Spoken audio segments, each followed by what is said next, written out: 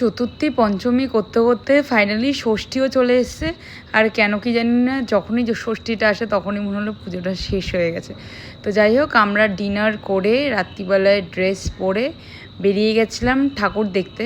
যদিও বা একটা ঠাকুরই দেখতে বেরিয়েছিলাম, তার আগে আমি আর টুবাইয়ের সাথে সাথে আমরা আরও অনেকজনই বেরিয়ে, আমাদের সাথে যে একজন ছিল তারই একটা বন্ধুর জন্মদিন ছিল খদ্দাতে, তার জন্য এখানে আসলাম। আর আমি তো নতুন জামা কাপড় পরার সাথে সাথে ট্যাগটা যে ছিঁড়তে হয় সেটা বারবার ভুলেই যায়। এইটার কিন্তু পুরোপুরি রেসপন্সিবিলিটি টুবাই। আর যদি ট্যাগটা না ছেঁড়া হয়, আমি যদি ট্যাগ পরে ঘুরে বেড়াই, সেটার কিন্তু পুরো দোষটাই টুবাইয়েরই যায়, যেটা আমি টুবাইকে সবসময় বলে থাকি, কারণ ও জানে আমি ট্যাগ ছিঁড়তে ভুলেই যাই। যাই হোক, খড়দাতে যেখানে এসেছিলাম যার সাথে দেখা করতে, তাদের বাড়ির সামনে একটা সুন্দর পুজো হয়েছিল, সেখানেই ছিল। প্যান্ডেলটাও দেখলাম নর্মালের মধ্যে, মানে সিম্পলের মধ্যে খুবই ভালো হয়েছিল, আর ঠাকুরটাও খুব সুন্দর হয়েছিল। তো আমরা এখানে কিছুক্ষণ গল্প করার পর বেরিয়ে গেছিলাম কল্যাণীর উদ্দেশ্যে। কল্যাণী আইটিআইতে গিয়ে দেখি মোটামুটি একটা জায়গার পর থেকে আর গাড়ি যেতে দিচ্ছে না। আর গাড়িটা রাখার পর আমাদের 2 কিলোমিটার মতন হাঁটতে হবে। আমি তো হাঁটতে একদমই রাজি না। 2 কিলোমিটার হাঁটতে দেখাচ্ছিল 20 মিনিট। আর আমাদের সাথে বিট্টু, গুল্লু আর কুন্তল, আমরা সবাই মিলে এসেছিলাম ঠাকুর দেখতে।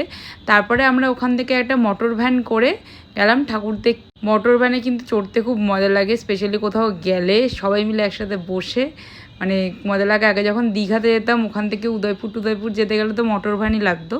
যাই হোক, আমরা কল্যাণী এখানে এসে দেখলাম 2-3টে লাইন আছে, ভিআইপি, ভিভিআইপি।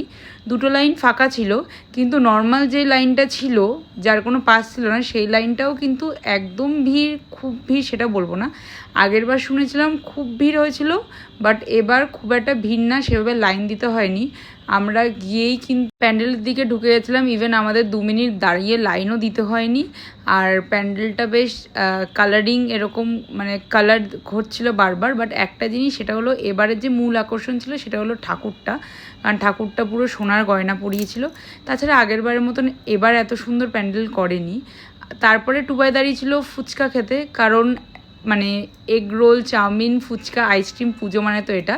বাট আমার যদিও ফুচকাটাতে খুব একটা ভালো লাগেনি বলে খাই। ফুচকাটা কিন্তু অ্যাকচুয়ালি সত্যিই খুব খারাপ ছিল, যার জন্য টুবাইটা 10 টাকা বেশি খায়নি।